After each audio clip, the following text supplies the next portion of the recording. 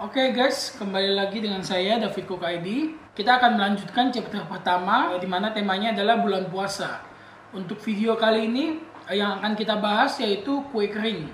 Kue kering atau cookies. Pertama kita mulai dari sejarah asal mula cookies. Jadi intinya cookies itu pertama kali ada di abad ke-7 di Persia, di mana cookies itu ditemukan secara tidak sengaja.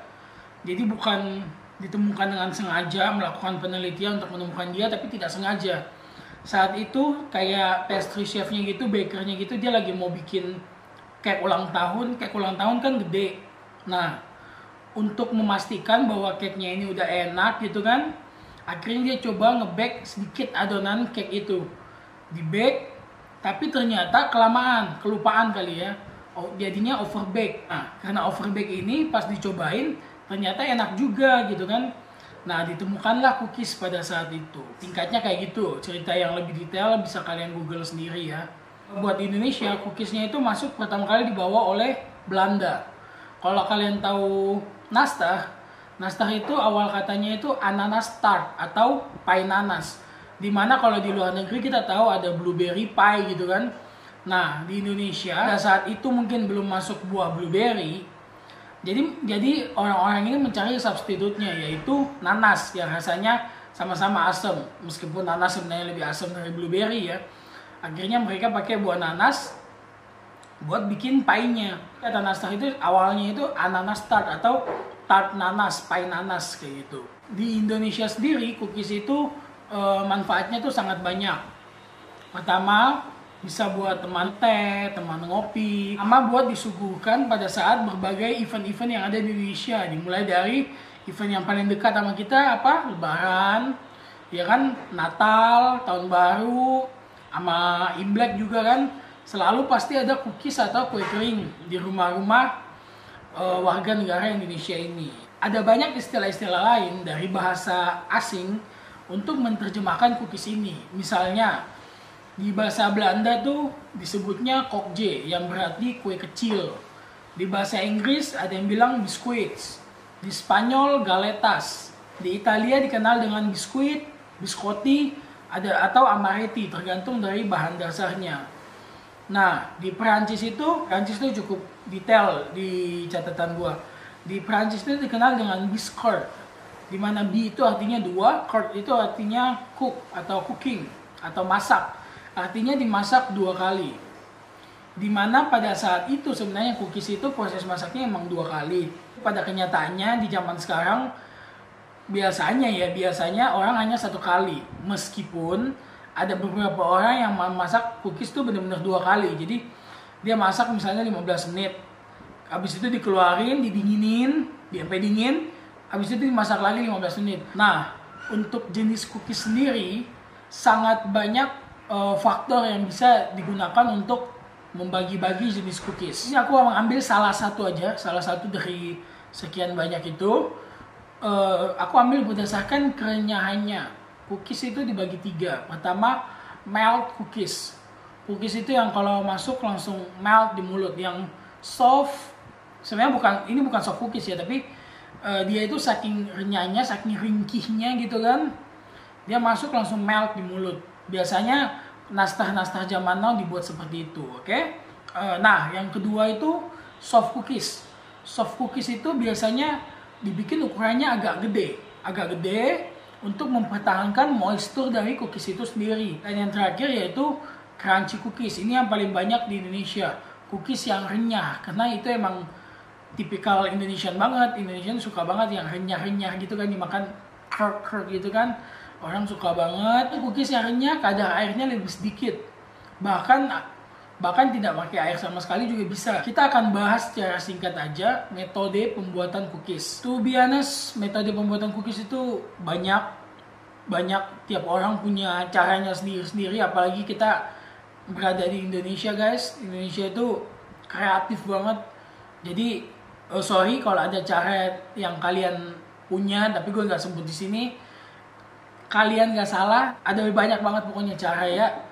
Di sini gue sebutin beberapa aja. Pertama itu one stage method, dimana semua bahan dicampurkan jadi satu, diaduk entah pakai standing mixer atau diaduk pakai spatula, pokoknya diaduk aja jadi satu, selesai, tinggal cetak. Yang kedua yaitu creaming method. Itu si mentega atau margarin, whatever kind of fat you use in the recipe, mix pakai mixer, kemudian dimasukkan gula hingga gulanya larut dan butter ini agak mengembang, tapi jangan mengembang banget ya, soalnya ini cookies bukan kue, bukan cake biasa gitu kan.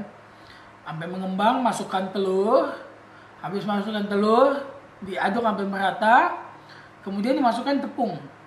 Nah, masukin tepungnya ini macam-macam. Ada yang dimasukin setengah dulu diaduk, nanti setengahnya di-adjust. Nah, langsung masuk aja. Habis itu baru deh dicetak ya kan. Dan yang terakhir itu yaitu foam method. Foam method itu si telurnya ini bisa, jadi kayak bikin mereng, putihnya dibikin mereng, bukan kayak emang bikin mereng. Putihnya dibikin mereng, terus kuningnya di mix sama adonan di awal kan. Ntar merengnya masuk di akhir gitu. Sebelum kita lanjut lebih jauh, gue mau jujur satu hal dulu nih. Sebenarnya gue bukan anak pastry, gue bukan spesialis di bidang pastry. Gue pastry bisa basicnya aja. Tapi kalau buat yang kayak jago banget, enggak, karena emang bukan bidang gue. Tapi karena kebetulan gue juga pengen belajar sekalian sharing, jadi kita bahas cookies di sini. Jadi buat master pastry, maafin kalau gue ada salah ngomong, boleh dikoreksi langsung di bawah atau di DM atau di email, silakan. Gue terbuka banget buat yang mau ngoreksi biar kita bisa belajar bersama gitu kan.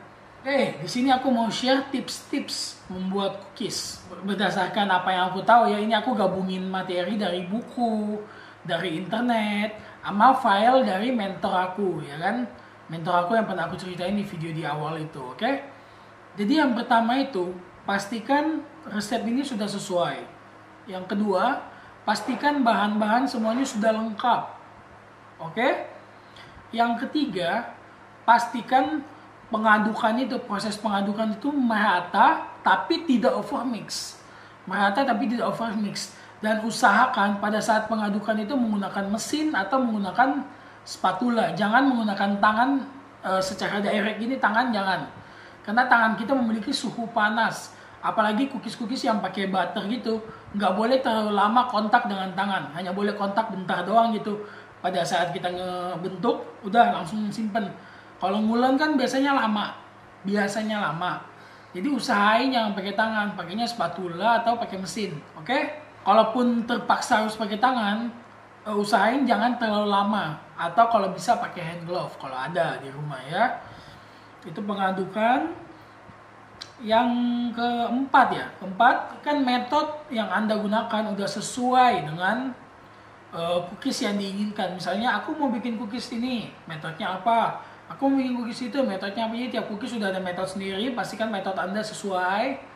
Jangan melenceng karena nanti hasilnya bisa beda. Pastikan ukurannya itu sama, karena kalau ukurannya beda-beda, entah ada yang bisa matang duluan, terus yang satunya belum matang, atau kalau nungguin semuanya matang, yang kecil ini malah jadi overbake, jadi colornya terlalu gelap atau gimana kan. Jadi usahain bentuknya tuh sama. Kalau kayak beda 1 mili 2 mili nggak apa-apa. Nah, tips yang selanjutnya yang kelima kalau nggak salah ya, itu tuh kalau kita mau ngerol adonan, pakai rolling pin atau pakai botol mungkin di rumah kan, untuk mendapatkan, ini tips langsung dari mentor aku ya, untuk mendapatkan tingkat ketebalan yang sama pada cookies itu.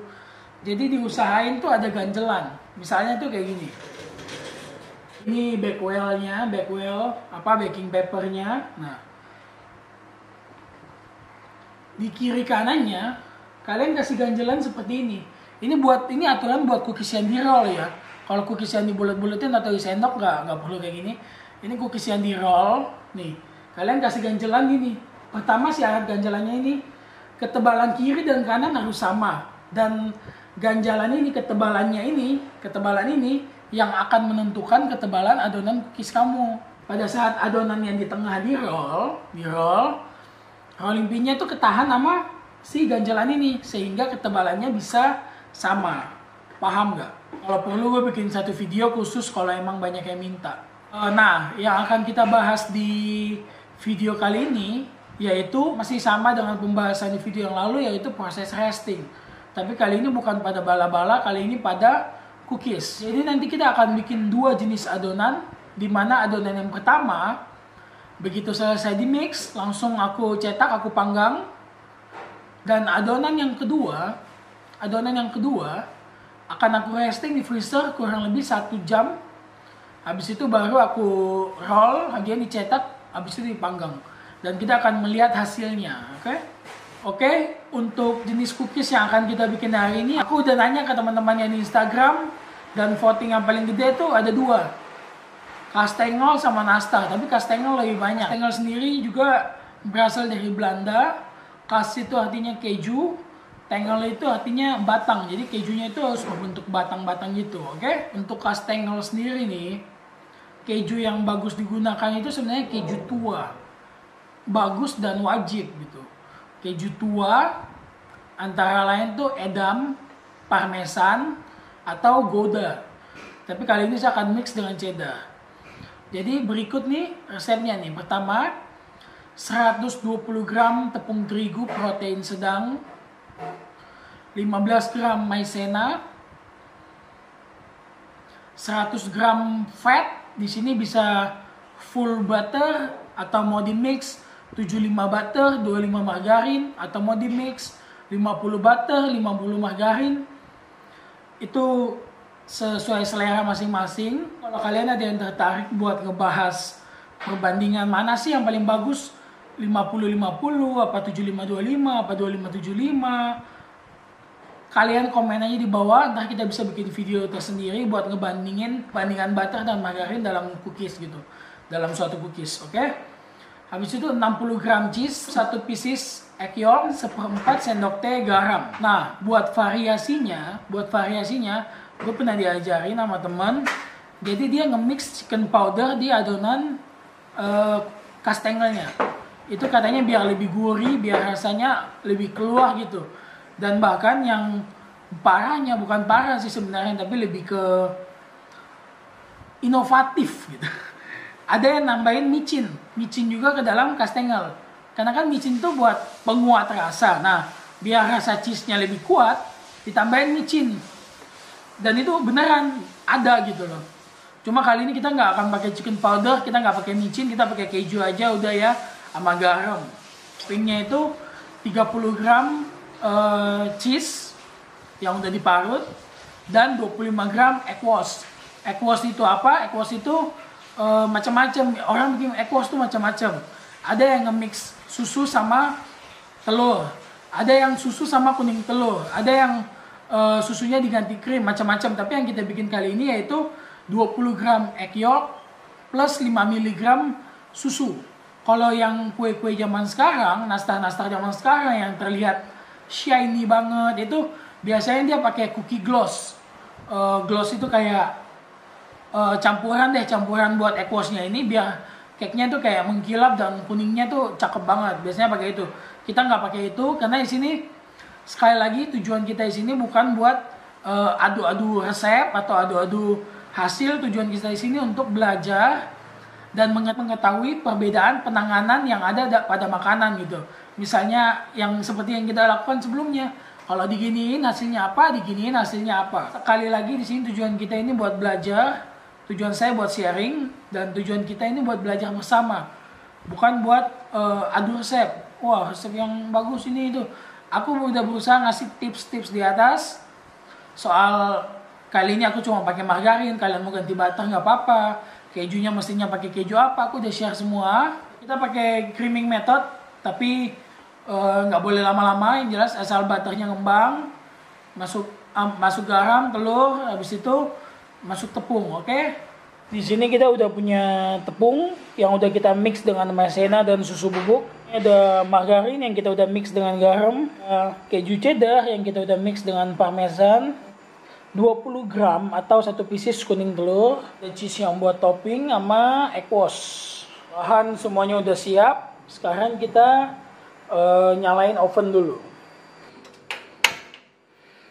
Nah, Nah, udah kecil aja. Oke, sebelum kita mix adonan, kita siapin ini baking papernya dulu ya guys. Oke, loyangnya udah kita kasih bake oil. Dan sekarang kita akan mulai nge-mixer si margarin. Oke, jadi sekarang kita mulai nge-mix ya.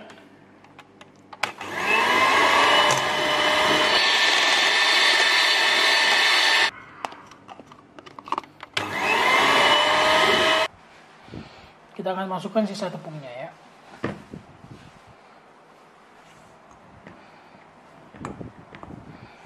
Oke, kalau adonannya udah hampir menyatu kayak gini, kita pakai tangan dikit nggak apa-apa ya guys. Ini yang bintik-bintik putih bukan nggak merata ya, itu cheese-nya guys, cheese-nya. Oke, kita timbang dulu adonannya. 316 gram, berarti 158 ya. 158. Yang ini akan langsung kita olah, yang ini kita masukin ke dalam freezer. Dalam freezer kurang lebih 1 jam ya. Ada yang mau beli mie?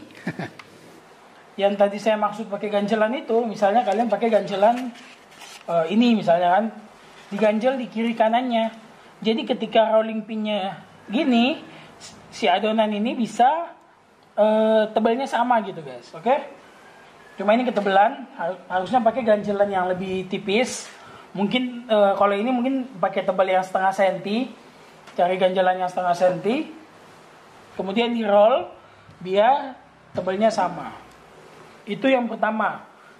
Terus untuk motongnya nanti kalau udah lebar bisa dipotong langsung pakai pisau. Atau menggunakan cetakan kastengel. Ada dijual tuh cetakan kastengel, bentuknya persegi panjang gitu, persegi panjang. Habis itu bisa juga dengan menggunakan teknik di roll. Adonannya kita pipihkan, ditekan, potong sama dia nih, dipotong-potong nih. Nah, terus ini nanti di roll dikit lagi. Nah, ada yang bikin kastengel kayak gini, ada juga yang bikin bentuknya kotak-kotak ya kan. Yang ini akan langsung kita bake, sementara yang satunya itu akan kita tunggu setelah 1 jam, oke? Nah, ini kita kasih air wash dulu ya.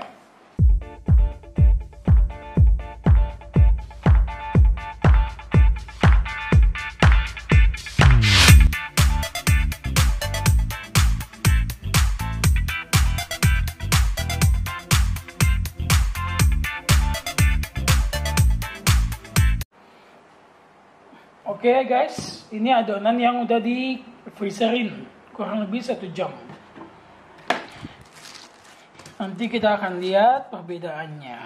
Tekniknya sama aja guys, langsung kita skip aja ya guys.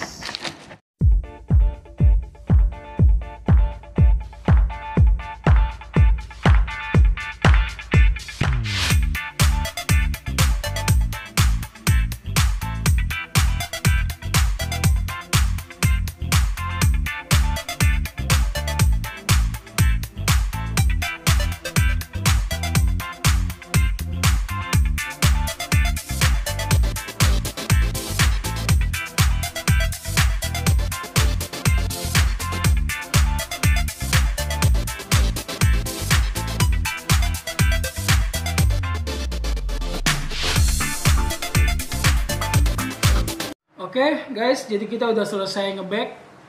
Di sebelah kanan aku ada yang direct.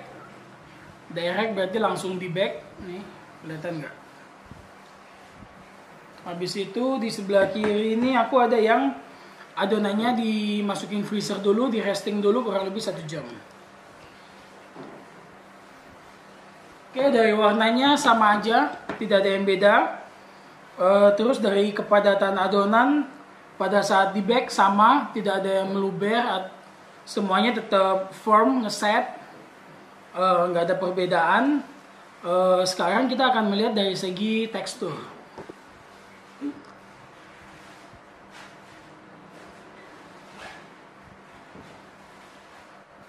Jadi kayak langsung melt gitu. Kalau renyah sih menurut aku agak kurang. Kita pinggirin dulu. Sekarang kita cobain yang dimasukin freezer. Oke. Kita cobain yang ini.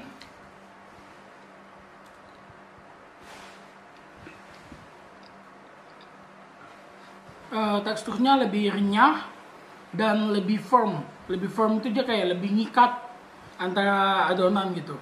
Ini kayak apa ya? Nih, gampang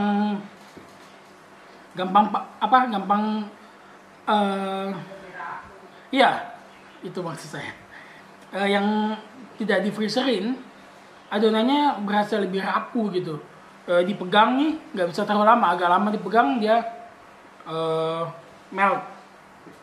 Bukan melt kayak cheese ya, tapi dia soft banget. Nah, sedangkan yang ini bisa dipatahkan guys. Dipatahkan tapi nggak hancur, nggak ambiar gitu kan. Kalau ini yang di freezerin itu bedanya. Dan dia lebih renyah guys. Untuk adonan cookies, adonan yang normal ya, bukan adonan cookies khusus. Adonan cookies normal yang sewajarnya, sebaiknya emang di resting dulu di freezer. Pertama biar nggak lengket, kedua biar adonannya lebih firm dan hasilnya lebih renyah. Nanti kita akan review lagi setelah 2 minggu hasilnya seperti apa, yang mana yang lebih renyah setelah 2 minggu. Kita akan review lagi. Oke, mungkin videonya segini dulu aja. Semoga bermanfaat buat semua yang nonton. Thanks sudah nonton sampai sejauh ini. Kita ketemu lagi minggu depan. Jangan lupa like jika kalian suka video ini, dan subscribe untuk mendukung channel ini. Dan jangan lupa juga share ke teman-teman kalian yang kira-kiranya butuh tips-tips atau tertarik dengan video-video semacam ini. Oke? See you.